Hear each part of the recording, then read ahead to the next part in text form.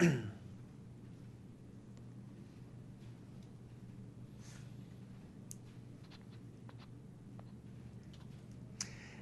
welcome to the HS Game Time Pick'em Show. I'm Pep Fernandez. We're heading into Week 6 of this contest because remember, Week 0 was actually Week 1 in the contest, so it's Week 6 this Friday. Only 20 games, kind of a light diet version of Friday Night Football because a lot of these teams have buys on Friday night. They played in Week 0, so they're resting up before many of them enter league play. But if you did play, and many of you can still sign up if you haven't, we like to talk about the winners here on the Pick'em Show. A lot of big winners, and we like to talk about them and hype them up a little bit. Our Week 4 winner, Rudy Casados from Nuevo, have 25 games. Rudy picked 24 of them right. And the second guy on the list we have here in the studio, the Prep Dog, 23-5. Prep Dog, what have you got to say for yourself after getting 23 games? Luck of the draw. Luck of the draw, and EPJ tells me Stan Hunt. There's also a Stan Hunt who's the D coordinator of Chaparral. Coincidence? Maybe not. 23-2. Stan knows what he's talking about when it comes to the U Pick'em contest. Now, these guys did very well. They did their homework. They broke it down, but maybe not so much when it comes to a certain amount of games because there's teams out there that we just love to pick. We think it's a good idea going into Friday, and they always just break our heart come Friday nights. Rubidoux losing to Tockwitz. 89% of us had that wrong. Patriot losing to Lakeside. Arlington losing to Valley View. Norta Vista and West Valley. Chris Erkley standing by. I'm going to ask you in just a second, so be ready on that one. I will. Colton losing to Rialto, so Colton's still winless. But Chris Erkley saw Norta Vista practice in the Rose Bowl months and months ago this past spring. He fell in love with Norta Vista. He always likes to pick them, but Chris, they just keep breaking up your brackets. Back in June, I think it was, I made the journey out there to Pasadena to the Rose Bowl. I saw Norta Vista.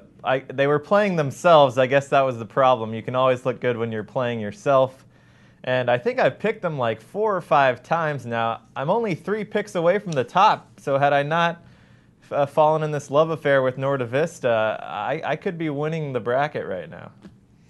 That's quite a stretch to say you'd be winning the bracket. But here they are, Rubidoux, Norta Vista, some of those schools. There they are that fans just love to pick. They go on there. They always vote for them. And more times than not, they've been, like Chris, saddened at the end of Friday night. They think they're going to get it done. Roosevelt, They've only Arlington. gotten me 1 win.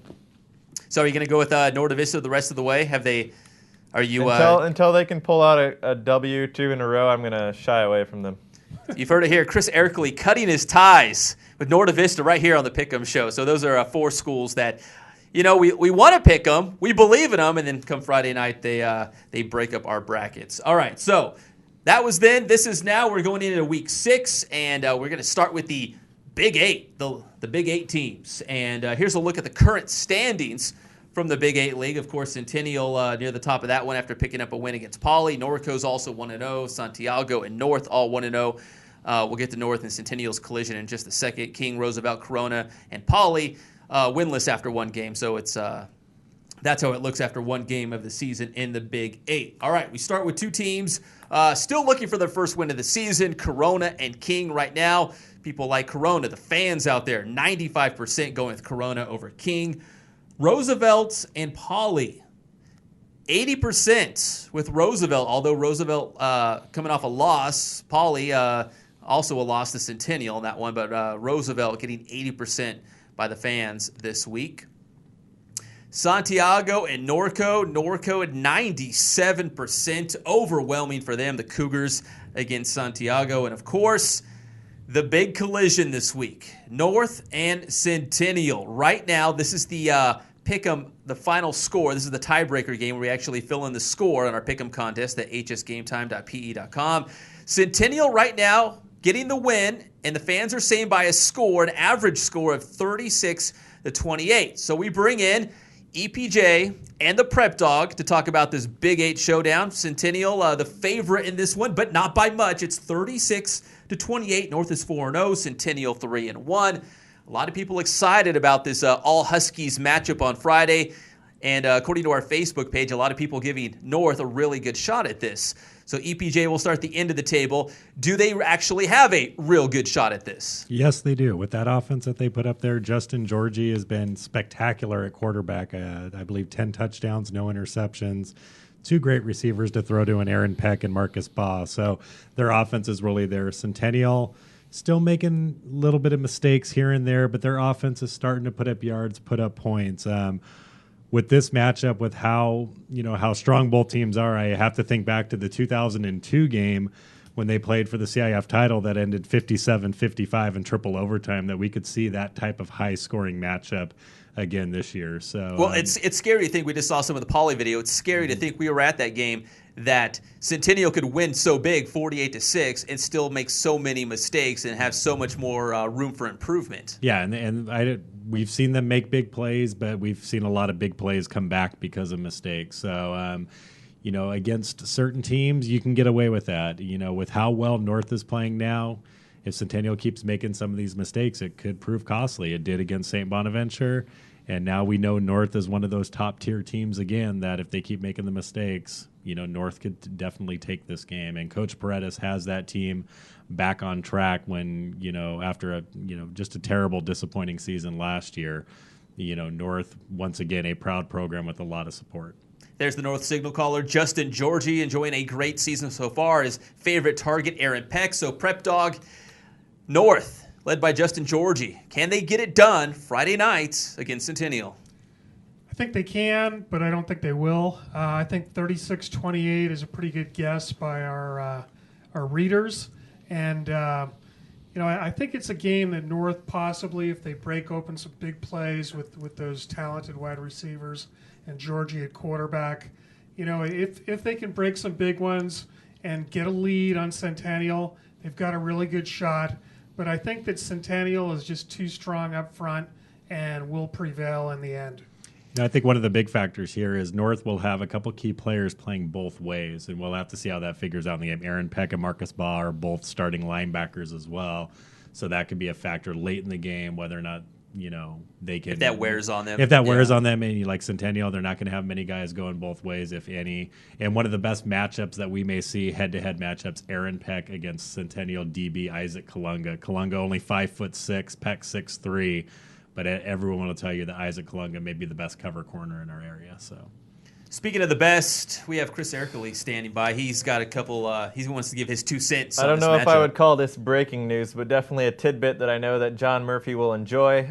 Last Friday, when I was heading to the Norco game, I was at the Shell gas station, and I saw none other than CIF defending baseball champion coach from North, Mr. Steve Madrill.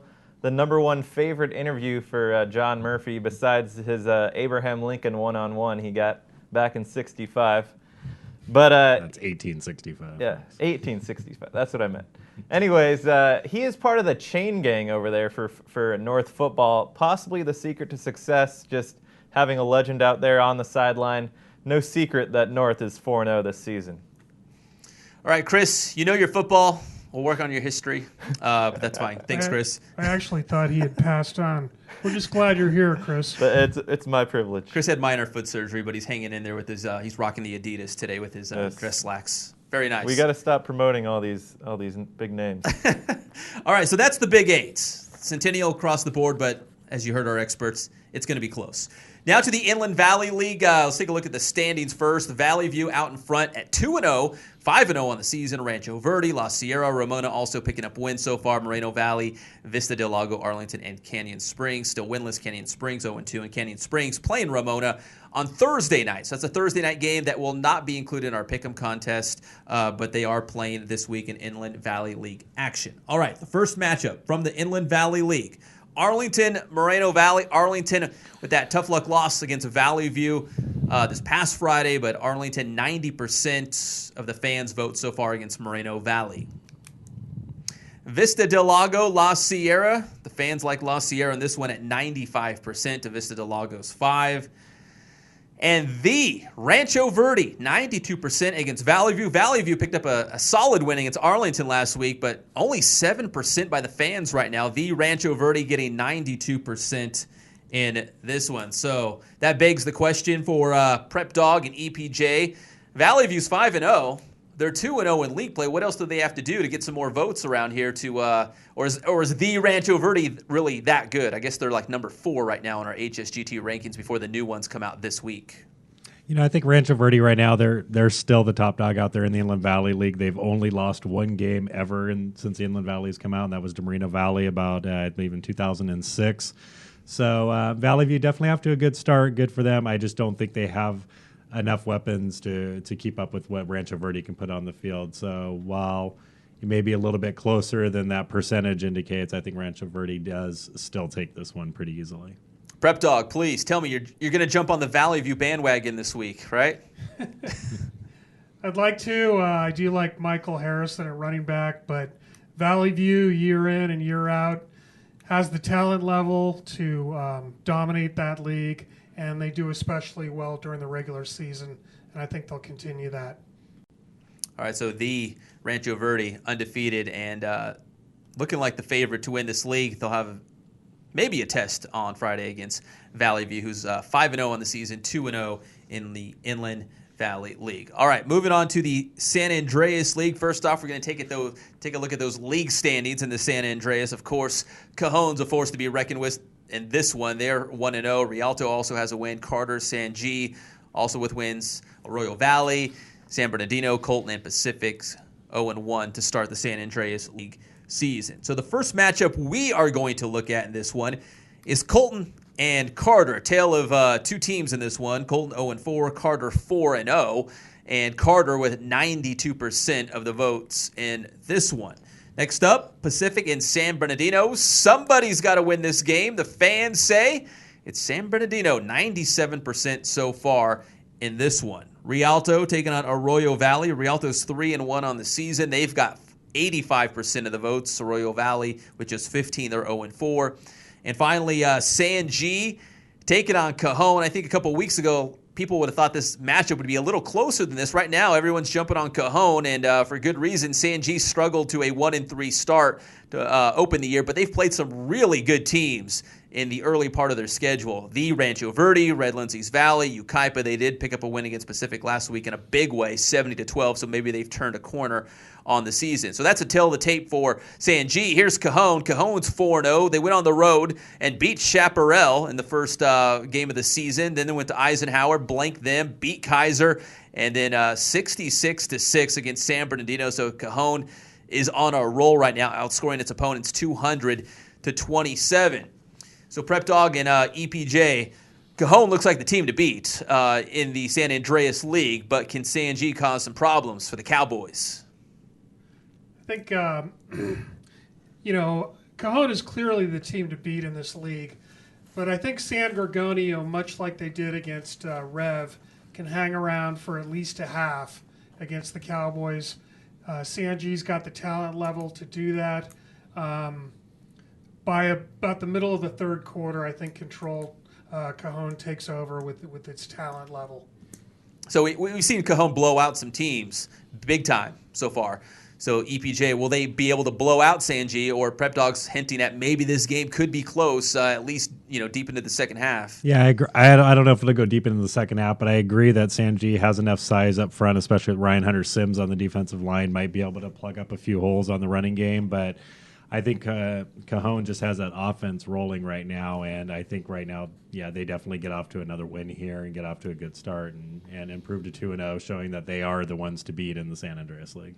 All right, that's the San Andreas. Now we go to some non-league games, and these games are big time. We're calling them showdown games. Beaumont at Banning, long-time rivalry, and Beaumont with 95% of the votes. Banning's 0-4. Can't catch a break by the fans, but the fans still have time to vote. And just how old is this rivalry? Well, since the beginning of time, well, at least since 1929, the 86th meeting between these two schools, 78th consecutive year this game has been played. And Banning, they lead the all-time series. They've won 43 times, 35 losses, and 7 ties in this one. Beaumont won last year 34-0. 2 of the last 3 games decided in overtime. Beaumont's won 3 of the last 5. And I know Chris Erickley's biting at the bit over on our other side of the studio. He wants to break down this Beaumont Banning game with some very insightful knowledge. Chris. Well, really, I have a warning, a precursor for the people of Beaumont, the entire football team. When you're having your pregame pasta on Friday night, watch over your shoulder. Look for Louis Amistoy. He may try and speckle a little something in your pregame meal to throw you off your game. As many people around here know, he is the official Banning mascot, not the Bronco. They're going to be changed to the Banning Amistoys. Next season, it will be official with the new facility. Just for the record, I did pick Beaumont. That is a shocker. Starting to pick with his brain rather than his heart. I don't think I picked Banning all season. On Thursday. Anyways, I knew when I saw Banning lose to Desert Mirage a few weeks ago. That's about as low as it goes. So I think even for Lewis, that was the ticket that kind of let him jump off the Banning bandwagon, if you could call it that. Chris, very insightful, as always. Thank EPJ and Prep Dog, real quick. The Fighting Lewises or Beaumont in this one? Beaumont big time in this one. Even though they're coming off a shutout loss to Yucaipa. I mean, Banning just has not shown a lot of fight in some games this year. They're that year of transition. They lost a lot of guys from last year's team. So, yeah, Beaumont rolling. Prep Dog? Yeah, I was really impressed with what Beaumont did last week, even though they lost 28-0 to Yucaipa. The double wing offense looked good. They were able to move the ball, and their defense looked especially good. It was 0-0 going into the fourth quarter, and I don't think that Banning's going to be able to contend with them. All right, Beaumont and Banning not the only showdown game this Friday. There's another one with state bowl game implications that we're very excited about. Mission Viejo traveling to Redlands to take on Redlands East Valley at the U of R this Friday. Right now, the fans going with the visitors in this one, the out-of-town team, 55% over the Wildcats right now. But the Inland Division strong so far against those tough teams from the Pac-5. We're 3-0 so far against those schools. But right now, the fans are saying Mission Viejo 55%. So let me go to you, Prep Dog. Redlands East Valley, I mean, they've shut out teams in 3 of their 4 games. What else do they have to do to maybe get a little more respect from the fans? Because this could be a very close game, and the winner could be have the inside track to postseason bowl games down the road. Yeah, it's going to be a really tough one for the Wildcats. I mean, they have the talent to pull it off. They're especially quick and big on defense. But you're talking about a team, their only loss is to Don Bosco Prep. They're getting healthy. They're getting their receiver, Jaleel Pinner, back. He's headed for USC. They've got a couple of good running backs. I like Mission Viejo in this game, but not by a lot. Yeah, I think Mission Viejo, as of last week, was something like number 3 in the state. Don Bosco Prep from New Jersey, and they're the number 1 ranked team in the nation. So, I mean, their one loss for Mission Viejo is a pretty good team that they lost to. There's a good look at Mission Viejo. So, EPJ, do you think Rev can pull it off, or is Mission Viejo just too loaded in this one? It's going to depend on how amped up Rev is for this game. In some polls and a lot of stuff, they still are not being ranked. They're not ranked. They weren't ranked in the state rankings as of last week, according to Cali Sports. They barely made, the Southern California top 20 in those same rankings. So this could be a lot of people know Rev's a good program. A win here over Mission Viejo definitely puts them on everyone's minds out there. How their defense is playing, they have a shot out there. It's definitely a big game. We kind of took a step back on them when they only beat Dorsey 14-12, but now we have to look at Dorsey as a strong team because Dorsey just beat Alamany, which was a top 10 state-ranked team to start the year. So I think Rev, another one that goes deep into the second half is a close game, but Mission Viejo, like John said, getting healthy, getting some of their top players back, I think they pull this one out at the end. Now, I believe it was the ESPN Rise rankings I was looking at had Mission Viejo 3 and Redlands East Valley not even ranked. Yeah. If Rev can pull this off, do we start talking about Rev in these state bowl games? They still have a long way to go in terms of that state bowl, but it definitely causes them to go. Like I said, right now they're number 20 in the South rankings or something like that, and this could jump them up as many as 10 spots as they go in there.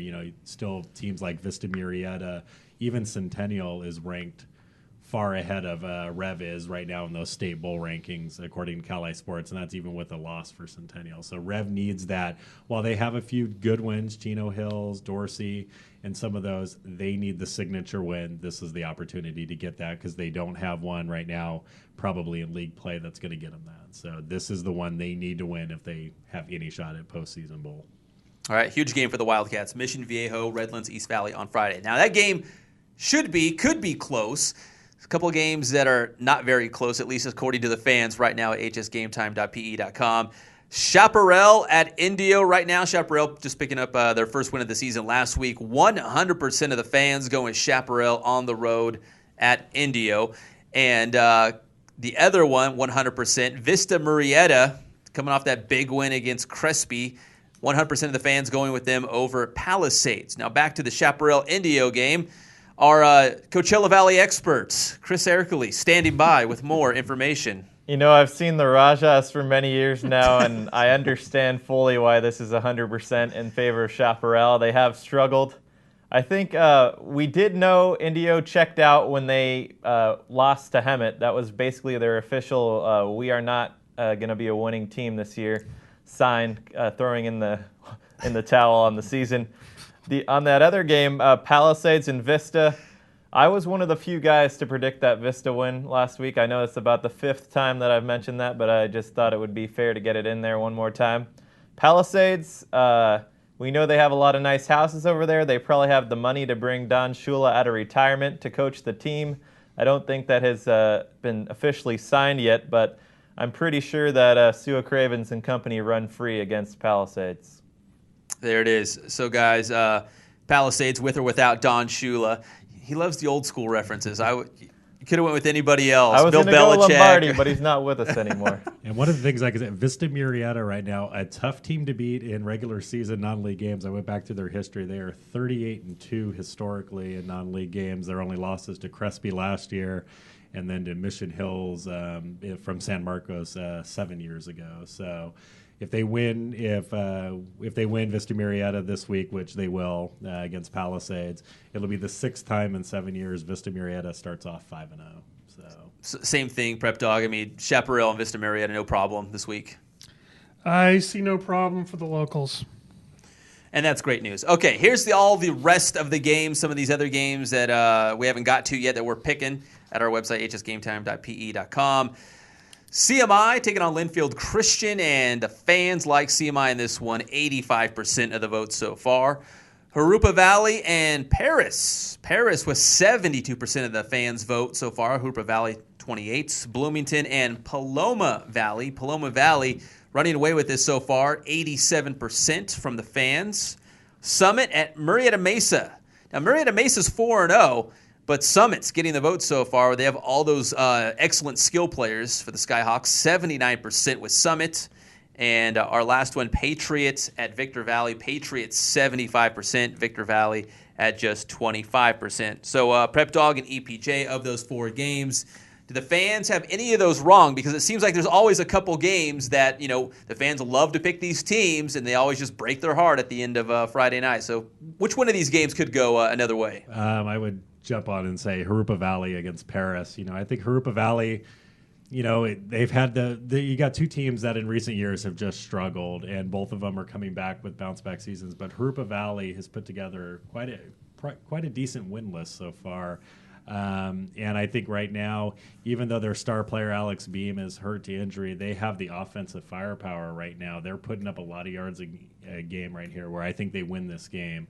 So Jurupa Valley, a team that looks like a playoff contender in that Sunkist League with Summit, the clear favorite there.